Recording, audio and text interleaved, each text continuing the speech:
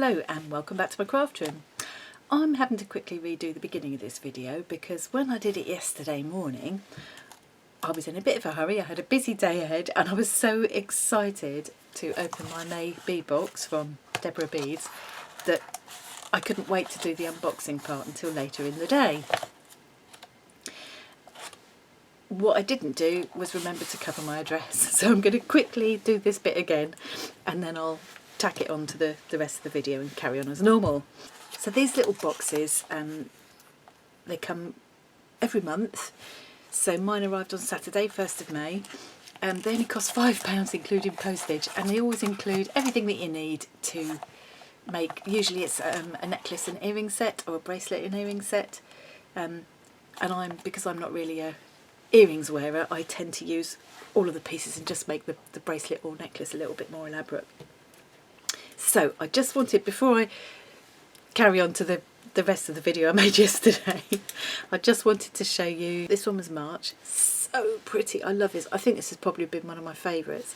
So again, this would have been a necklace, a bracelet and earring set, but I just used the extra pieces to make a little charm, just to add to the bracelet.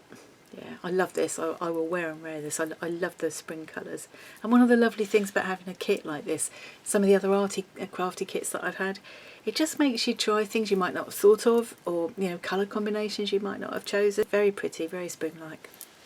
I will wear and wear that. And then last month, so April's, this was called Purple Rain. I love the name. This was a necklace and earrings set. It's got these lovely little purple glass beads. They're so pretty. So again, instead of the earrings, I just added more. I just made the necklace a bit more chunky. And these pieces all actually slide up and down the chain. The chain was included as well. And if I'd wanted to, I could have obviously altered the length of the chain. Yeah, very pretty. So I'm now going to fade this seamlessly into the video I actually did yesterday. And this is what you actually get in the box. So there's always this nice little instruction booklet. It's in a very durable,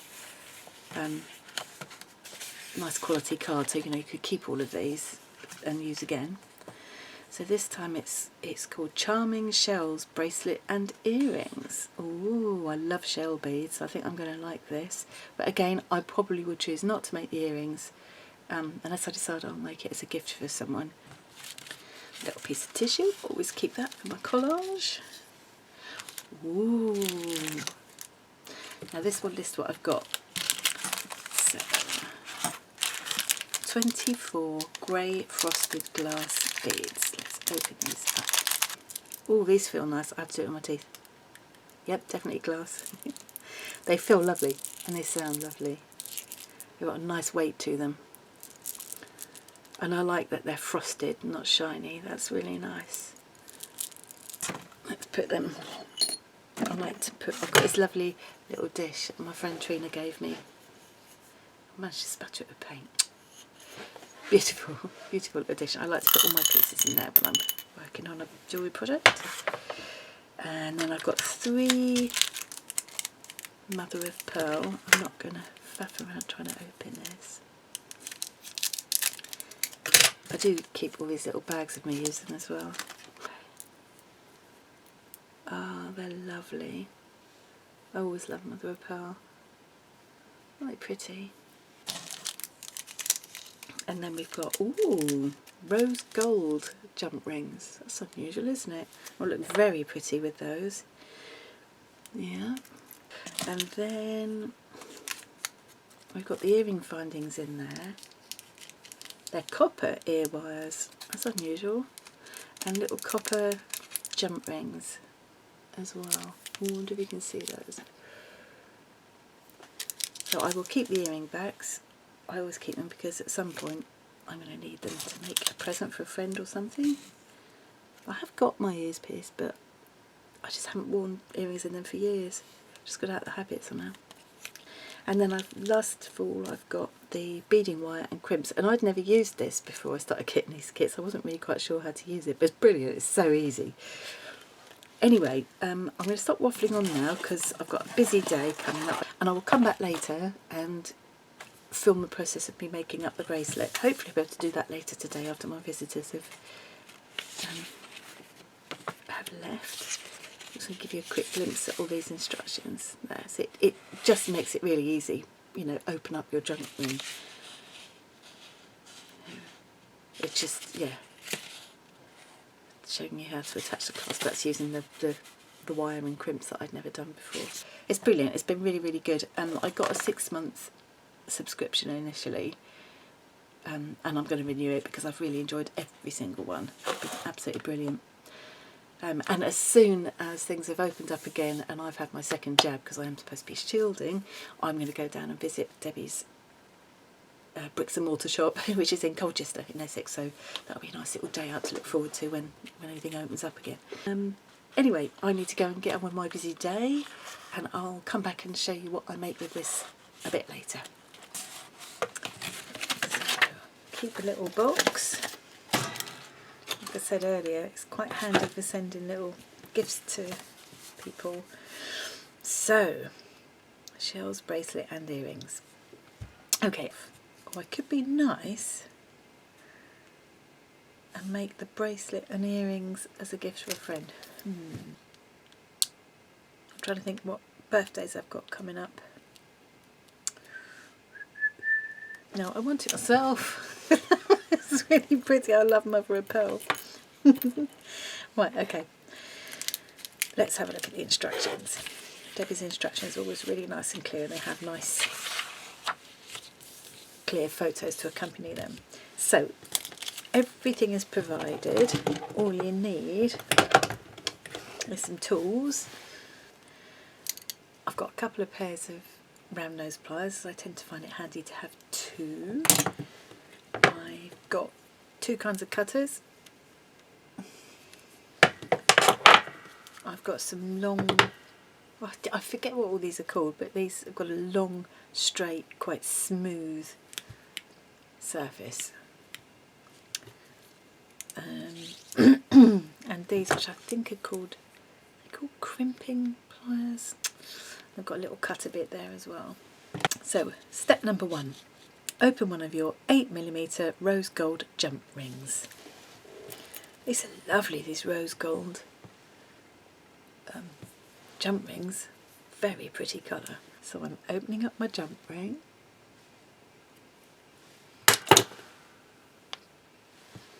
And you open it up, for anybody that is a complete klutz like me, you don't open it out that way, you open it that way. And then attach to one of my shell discs. Here's my shell disc. Oh, it's so pretty, I love mother of pearl. Close the jump ring securely. Easy peasy. You sort of feel that kind of lock. It sort of clicks into place, you know you've got it right. Okay. Step 1, done. Place your shell disc in the centre of your beading wire.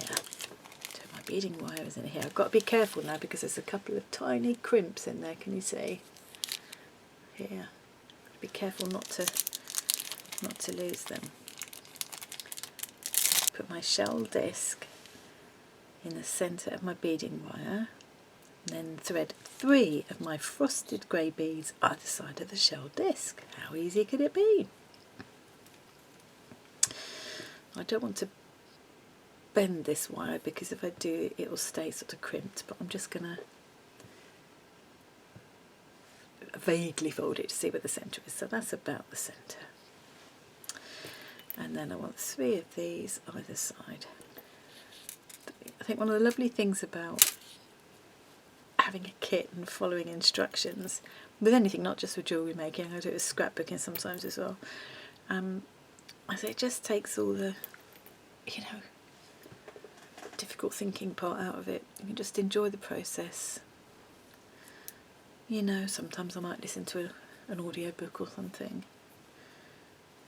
And also I can use some of the other beads and things from my stash, and you know, with these, like this one that's my favourite, I can find kind of similar-ish beads from in my stash and replicate the design because they're really nice designs. Okay, that's pretty so far. Then thread on an 8mm rose gold jump ring after each section of 3 frosted grey beads.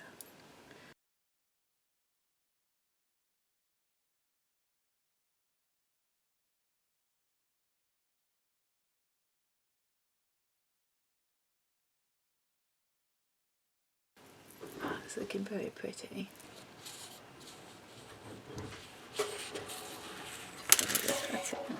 Oh, there is a, now where is the clasp then? It must be, it's in here, there it is. Yes, it's in there with the earring findings.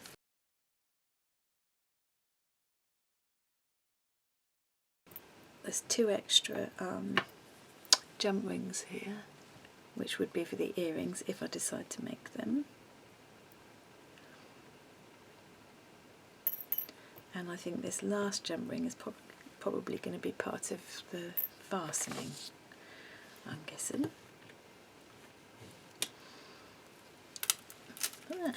So that's what I've got so far. At the moment, I'll just wait until I've finished it, but I'm thinking rather than make the earrings, I'm just going to attach some more of the shells onto this bracelet and just make it a slightly more elaborate bracelet and keep it all for myself. I have given away one of the things I made. There was a really pretty, that's why I can't show you it actually because I've given it away, a really pretty snowflake necklace and earrings set. I gave it to my friend Trina for Christmas and she really liked it. It was so delicate and pretty, just the kind of thing she really likes. So I did give that to her. Well, I'm going to see if I can just hold it while I'm fiddling with this end and putting the clasp on. I'm going to see if this will just keep hold of the other end for me. There. So I've just done that just to stop it unthreading at this end. I want to make sure it's in about the middle, although there's plenty to play with, so it doesn't really matter too much. Okay, when you finish threading your beads, thread a crimp bead onto your beading wire, then thread the wire through the loop on your clasp. So here are the teeny weeny crimp beads. I think I said earlier I'd never used wire and crimp beads before I tried these kits. I wasn't really sure what to do with them, and actually it's so easy. Even with my eyesight I can manage to find it. Okay, so, oh, it's just disappeared. Oh, it's gone up inside the bead. Is that supposed to happen? I'm just saying it's easy and now I'm making it look really difficult. There it is. Okay, I've threaded on the crimp bead. Now I need my clasp. Yeah. Thread a crimp bead onto your beading wire, then thread the wire through the loop on your clasp. Fold the wire back through the crimp in the opposite direction and then slide the crimp up to your clasp so it's quite close. Then use your flat nose pliers. I think that's these, to flatten it. I've gone through the crimp, through the crimp bead, through the little eyelet on the lobster clasp, and now I'm going back through the crimp again. Even with my dodgy eyesight, I can manage to do that. Like that. And then you slide the crimp up so it's really close. So I've got it quite close. And now I'm going to get my, what I think are my flat nose pliers. Or maybe it could be these. I don't think it matters because it's just got to squish the crimp. And now it's not going to go anywhere. Marvellous. Let's show you this. Well, I hope that camera is seeing that okay. So can you see I've like flattened the little crimp bead, and so now it holds everything. The wire's going nowhere. So now I can trim off the wire. Now one time I did this and cut the whole thing off. But the idea is to trim it close to the crimp. Well, I think you'll agree that is pretty close. The other end of the bracelet, thread on another crimp and then thread the wire through an 8mm rose gold jump ring. And as before, fold the wire back through the crimp in the opposite direction. This time you need to ensure all of the wire is pulled through so that the ring is situated quite close to your last bead. Okay, that's going to be a bit more fiddly than this one. This takes a little more skill. Uh-oh. Keeping your crimp close to the beads will help as you pull on the wire. Okay, so it's gone through the crimp bead, through the jump ring. Now it needs to go back. Do you know what? I've just realised I've got a telephoto, haven't I? I could do that instead of keep holding it up to the camera. Fool again. Okay, through the crimp bead, through the jump ring,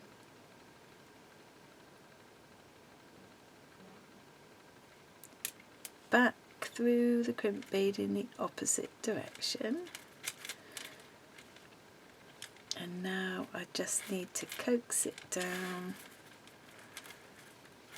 so that it's as close to the last bead as I can get it. It's not difficult actually, it's just a bit of patience. Come on, you can do this. Okay, so if I've just done all that off camera, I will cut that bit out and come back to this point where I show you what I've finally managed to achieve. Hey, that's pretty close to the last bead. I'm quite happy with that. So I'm going to give it a good old squeeze with my flat nose pliers, as I'm confidently calling them now. See what I mean? I have no idea what I'm talking about. I am not an experienced jewellery maker, but this kit has enabled me to make something I can be chuffed with. And I think I'm definitely going to, rather than make the earrings, I'm going to put a couple of extra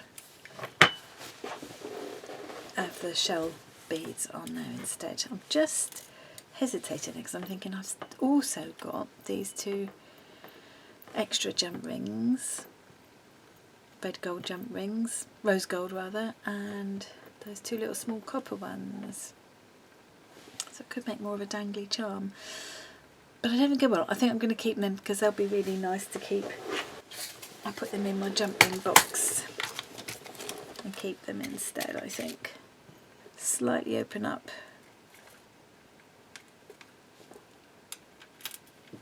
these jump rings that I've already put on. I wonder if I'm going to be able to get hold of that now. I think so.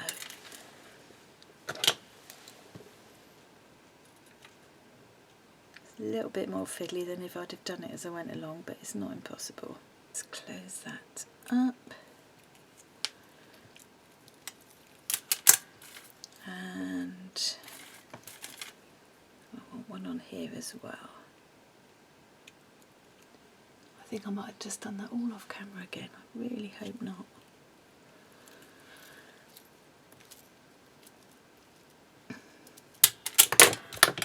Oh, that does look pretty.